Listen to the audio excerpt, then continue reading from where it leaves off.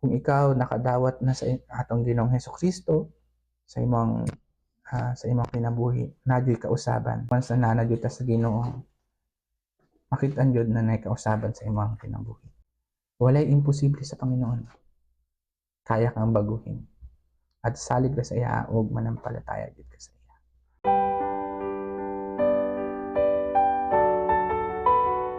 Mayong buntag mga kaigsunan, narito tayo muli sa ating programang The Bible Gospel Hour at welcome kumong tanan. Karon na nata sa pagtulunan sa Book of Luke chapter 19.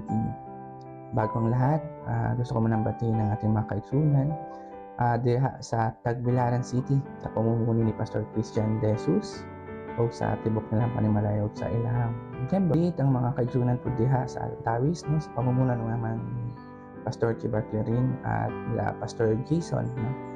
O diha po sa Bahi Albor sa tibok kaigsunan namo diha no? Pamumuno din ni Pastor Ciro De Jesus no? Kasama kanyang may bahay si Sister Celsa De Jesus. Ganun din sa Basak Dako, no? Magandang umaga din po sa inyo lahat dyan. Kala Sister Rita, kala Pastor Leandro Samar, magandang umaga po sa inyo lahat. Ganun din sa Alegria Sur, no? Sa akong mga kaigsunan diha, sa akong sa akong pamilya, no? Magandang umaga sa inyo lahat dyan. Sa Calvario Luway, no? Kala Tatay Carlos, kala Brother Jan, o sa Tibuok. Kaigsunan nato diha sa Calvario Luway. Ako po greet ang ato mga kaigsunan sa Hagna, no? Sa Makalam Family, Texan Family, ayong buntag sa kita diha. Ganun din kala Pastor Becky dyan sa Gindulman, no? Mayong buntag o sa Ubay. Kala Pastor Sherwin, no? Kala Pastor Rondo, magandang umaga sa inyo lahat. Dito naman din tayo sa Lubang, Binavista. Kala Pastor Romeo, Pastor Long, ni Pastor Gideon, magandang umaga sa inyo lahat. At dito rin sa Kalape, no? Kala sa makaigsunan natin dyan sa Kalape. So sa Digo ng Gilit, mayong buntag o sa inyong tanan na nagapaminaw o nagatanaw ng programa ha. Mayong buntag sa inyong tanan. Mag-bless dito sa ating ginupang lang. O karon magasugod ta sa ato ang pagtuon sa Luke chapter 19. Bago natin simulan, ngayon ta o mga pamuyo sa ta sa espirituhanong kaalam pinaagi sa pag-ampo. Dalaygo na mong amahan, maraming salamat karong adlaw kami nagatuon sa imong mga pulong ug kami nagkabatayon sa pag-alagad sa imong Lord. Salamat kayo Ginoo sa paghatag nimo espirituhanong kaalam na ihatag nimo karong adlaw ug kaming tanan mabless sa imong mga pulong Ginoo. Kini magamit namo sa pag-alagad at sa padayon namong pagsagubang sa mga sa mga abutay sa among kinabuhi Ginoo. Salamat o Lord na ikaw jud na nagabless sa bawat isa karong adlaw ug nagahatag og kusog ug kaalam Ginoo. Ikaw jud ang bantay, magagabay sa amo Lord sa among mga lakaw karon. Ug kining tanan akong giampo sa ngalan ni Kristo, among Ginoo ug Manluwas. Amen. Kita mga kaigsunan no. O sa mabasa nato sa bersikulo 1 hangtod sa 9 sa si Jesus ug si Sakeo. Ako lang sa basahon kini ug muhatag ko explanation gamay mga kaigsunan. Si Jesus ug si Sakeo. Si Jesus miabot sa Jericho ug samtang miagi siya, may usa ka dato nga ginganlag Sakeo nga pangulo sa mga kobrador sa buwis. Namatigdan nato mga kaigsunan no, na dato jud ni si Sakeo o siya pa jud ang pangulo ng mga kobrador sa mga buwis. Naninguha siya pagtan-aw kung kinsa si Jesus. From the word na ninguha no, na talagang willing siya na makitan kuno niya si Jesus. Apan mubo si Sakeo. Ug wala siya makita kang Jesus tungod sa panon nga mga tawo. Kung atong itanawon mga kaigsunan, kini kuno si Sakeo is mubo na tawo. Kaya kung naay mga tawo na nagatapok, dili jud siya kakita. Pero willing gid siyang makitaan si Jesus. Busa midagan siya una sa panon misaka sa kahoy sikomoro aron makakita siya kang Jesus nga moagi niadtong dalana. Sa pag-abot ni Jesus niadtong dapita, mihangad siya sa kahoy ug miingon kang Sakeo. Kanaog dayon Sakeo, kay adto ako moabot sa imong balay karong adlaw. Mindali pagkanaog si Sakeo o sa dakong kalipay, no? From the word na dakong kalipay, may dawat kang Jesus. Mga kaigsunan, mao po ni mailahan nato sa usa ka tawo na nagdawat siya sa atong Ginoong Jesus. Kung naadyoy kalipay na nagibati ang usa ka tawo once na makadawat siya sa atong Ginoong Kristo. Midali pagkanaog si Sakeo ug sa dakong kalipay midawat kang Jesus, no? Ang tanan nga nakakita niini nagbagulbol. Kining katawhana namsita sa balay sa usa ka makasasala. So, kung atong tanawan ang nahitabo, ang mga tao na naatong pagkatabua sa paligid ng naadyoy mga nasuya or na digon gani dire nagabagulbol, nagreklamo bakit pa yung tao na yan yun pa kay Sakeo pumunta makasalanan yung tao na yan. So versikulo 8 no gingon og mitindog si Sakeo og miingon sa Ginoo, Sir, paminaw, ihatag ko ang katunga sa akong katigayunan ngadto sa mga kabos ug kun ako nakalimbong kang bisan kinsa ulian ko siya upat ka pilo. Tanawa mga kaigsunan no. Usapod nato mailhan ang usa ka tawo. Kung nakadawat yun siya sa Ginoong Jesus, naadyoy kausaban sa iyang kinabuhi.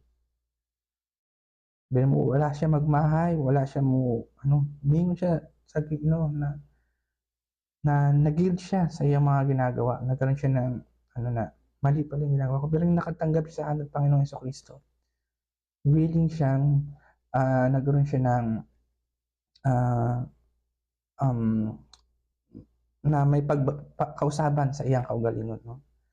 Nakaingon siya, ihatag na ako ang akong kwarta, katunga pa gani, no? Katunga sa akong katigayunan sa mga kabos. O, kung kinsa pa ko nung tinatong mga agabyado, ulian pa ko na niya o napo kapilo. O, 10 times pa niya yun kung ano pa yung, kung ano, ilan yung nadaya niya yun, 10 times 10 niya pa yung pagbalik. So, nakita nyo natin mga kaigsunan na adyoy kausaban. So, ipakita no sa mubong istorya lang ni Sakeo, gipakita jud na once na modawat ka sa atong Ginoong Kristo, kung unsa man ang mga dili nimo maayo na sinaiya, no? Naadyoy kausaban. Mausab gyud ka mga kaigsunan. Kaya sinabi nga sa pulong sa Ginoo, once na nidawat ka sa Ginoo, ipanganak gani ka muli. You will be born again. Ibig sabihin na changes sa imong kinabuhi, mga kaigsunan. Padayon ta mga kaigsunan, mao tong istorya ni Sakeo, no? Karon na napunta sa ang sangbingay may tungod sa napulo ka sa lapi. Samtang naminaw sila niini misugilon si Jesus ug usa ka sambingay ngadto kanila. Niadtong tungura hapit na moabot si Jesus sa Jerusalem ug naghuna-huna ang mga tawo nga hapit na madayag ang gingharian sa Dios. Busa miingon siya, may usa ka halangdong tawo nga moadto ay sa usa ka layong nasod aron imuhong hari ug human niini mopauli sa ila. Sa wala pa siya mogikan, gipatawag niya ang iyang mga iyang napulo nga sulugoon ug gihatagan niya ang tagsa-tagsa kanila og usa ka salapi ug giingnan sila. Ipatigayon ninyo kini samtang wala ko dinhi. Apan gigasaligan siya sa iyang mga katagilungsod. Busa nagsuo sila mga tawo Pagsunod kaniya nga nagdala sa protesta nga nag-ingon dili kami gusto nga kining tawhana maoy maghari kanamo. Apan siya nahimong gayong hari ug unya mipauli. Unya gipatawag dayon niya ang iyang mga sulugoon nga gihatagan niya og kwarta aron hinsay ra niya pila ang ilang ganansya. Ang una miadto kaniya og mingon, "Sir, nakaginansya ako napulo gikan sa niadtong puhunan nga imong gihatag kanako." Biro niya mga igsunan, napo ang naging ginansya sa usa ka sulugoon. Ug miingon ang imong "Sir, nakaginansya ako napulo gikan sa niadtong puhunan na imong gihatag kanako." Ug miingon ang tawong halangdon, "Maayo, buutan ka nga sulugon. Kay kasaligad ka man sa gamay nga butang. Piniyalan ko ikaw sa napulo ka syudad." No? Gihatagan siya, no? Gihatagan niya itong sulugoon o piniyalan. Ibig sabihin, gihatagan o authority sa napulo niya nangsod. At sumunod, miadto usab ang ikaduhang sulugoon. Og mingon, "Sir, nagkaginansya ako og 5 gikan sa puhunan nga imo gihatag kanako." So, itong usa nakaginansya pod og 5. Ang agalon mingon kaniya, "Piyalan ko ikaw sa 5 ka syudad." Kung ilan yung ginansya niya, 5 pod ka syudad ang gipiniyal sa iya. Ug ang ikatulong sulugoon miadto kaniya og mingon, "Sir, aniya ang imong salapi? Giputos ko gayud kini og panyo. Kay nahadlok ako kanimo tungod kay higpit ka ras baka ayo. Nagkuha ka sa dili imo ug nag-ani sa wala nimo ipugas." Ug miingon siya sa iyang sulugon, "Wala kay hinungdan. Gamiton ko ang imong kaugalingong mga pulong sa paghuhukom kanimo. Nasayod ka man di ay nga ako hingpit kaayo. Magkuha sa dili ako ug nag-ani sa wala ko ipugas. Ngano nga wala mo man i-deposito sa bangko ang akong salapi, madawat ko unta kini nga may tubo sa akong pagbalik." Unya mingon siya niadtong nagtindog didto, "Kuha ka ng kwarta nga anaa kaniya o gihatag ngadto sa sulugon nga may napulo ka salapi."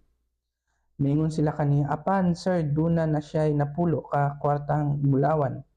Unya mitubag siya, "Sultihan ko kamo." Mao ning pinaka-content aning makaigsunan. "Sultihan ko kamo nga ang tanan nga anaay iyay dugangan apan siya nga wala gayoy iya, bisan pa ang jutay nga anaa kaniya kuwaon pagayod. Ug karon mahitungod sa akong mga kaaway nga dili gusto nga maghari ako kanila, dad-a sila dinhi ug pamatya sa akong atubangan." Mga kaigsunan, kini sambingayan, no? Makit-an jud nato na kung once na ikaw gipinayalan sa Ginoo na mag-alagad sa iya, sa may angay natong buhaton, mag ano lang bata, mag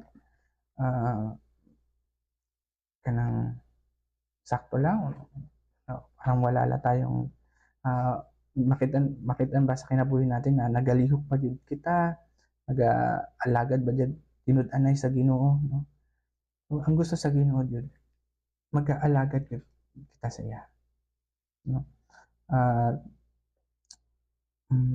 Dumarating man ang times na lisod, no? Para nimo lisod mga lagad, daghan kakulian, pero salig ra jud sa Ginoo, mga kaigsunan. Kay ikaw piniyalan, no? Ay tungod sa pagsangyaw sa pulong sa Ginoo. So atong trabahoon, no? bilang nakadawat sa kaluwasan, no? I-share din natin to, lalo na sa mga pamilya natin, mga kaigsuunan, na naadyoy maayong balita na igihatag ang Ginoo. O klaro kayo, mga kaigsunan, na kung maningkamot gid kita, no? naadyoy tay maani nga, o maani na langit nun na bahandi uno. So, salamat kayo sa Ginoo, no? So, padayon kita, mao tong may tungod sa sambingay sa napulo ka sa labi. Karon, padayon ta, diri ta sa verse 28 hangtod sa 40. Kini may tungod na pud sa maduugong pagsulod ni Jesus sa Jerusalem. Kabalo ta mga kaigsunan na kini nahitabo jud sa kinabuhi ni Jesus Christ. Sa verse 28, diri sa pulong sa Ginoo, si Jesus misulti niini ug unya mipadayon siya ngadto sa Jerusalem nga nag-una kanila. Sa nakaduol siya sa Betpahe o Bitanya dito sa bungtod sa mga olibo, gipadala niya pag-una ang duha niya ka tinun-an o gitugon, lakaw kamo ngadto sa balangay nga anaa sa unahan o inigsulod ninyo inyong makaplagan ang usa ka nating asno nga gihigot ug wala pa kakabay-i. May mangutana kaninyo ngano nga inyo kining gibadbaran ingna siya nakinahanglan ang agalon niini. So mga kaigsunan, nakita nato ang panghitabo na pasulod na si Jesus Christ sa Jerusalem. So, nangita siya masakyan niya kung nakita niya kini ang asno, no. Kung may ug niadto sila og ilang nakita ang tanan sumala gayud sa gisulti ni Jesus kanila. Samtang nagbabad sila sa asno, nangutana ang mga tagyan niya, nganong inyo man kanang gibadbaran?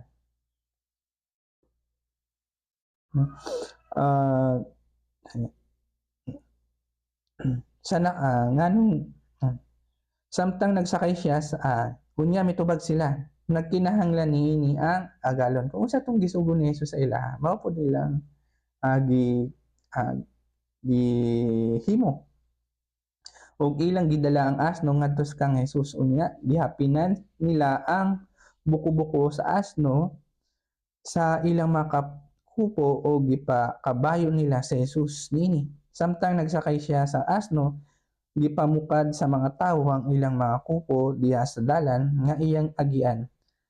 Sa nakaduol na si Jesus sa Jerusalem, sa dapit diin ang dalan naglusong sa bungtod sa mga olibo. Ang dakong sugod sa pagpasalamat o pagdahig sa Dios sa kusog nga tingog tungod sa kaybulongang mga buhat nga ilang nakita. Dalaygon ang hari nga mianhi sa ngalan sa Ginoo, pakigdaay didto sa langit ug dalaygon ng Dios. Niingon sila. Unya, pipila sa mga Pariseo nga diha sa panon niingon kang Jesus, magtutudlo, pahiluma ang imong mga tinun-an. Si Jesus mitubag kanila, sultihan ko kamo nga kung maghilom sila, maninggit ang mga bato. So, itong gingon ni Jesus sa kanila. Kung maghilom sila, maninggit na po ang mga bato ay posible na batuhon sila. Tong hapit na makasulod sila Jesus, no? Sa verse 41 naman hantod sa verse 44 makita nato na mihilak si Jesus. No? Nakaduol na siya sa syudad ug sa iyang pagkakita niini, mihilak siya ug mingon, kung nasayod ka paunta karong adlaw, kung unsa ang nahanglan alang sa kalinaw, apan karon dili ka makakita niini. Kay moabot ang mga adlaw nga libutan ka sa imong mga kaaway ug alihan ka ug atakihon nila sa tanang dapit. Gub-on ka sa hingpit ug pamatyon ang mga tawo nga nagpuyo diha kanimo. Ug walay usa ka bato nga ibili nila sa nahimutangan niini kay wala nimo ilha ang panahon nga mianhi ang Dios aron pagluwas kanimo. Padayon ta sa verse 45, no, sa last part na miadto si Jesus sa templo. Pagsulod niya sa Jerusalem, dito siya sa templo, no. Yung templo mauning gihimo ni Solomon, ni Haring Solomon. O gisulod si Jesus sa templo o giabog niya ang mga nagpatigayon dito.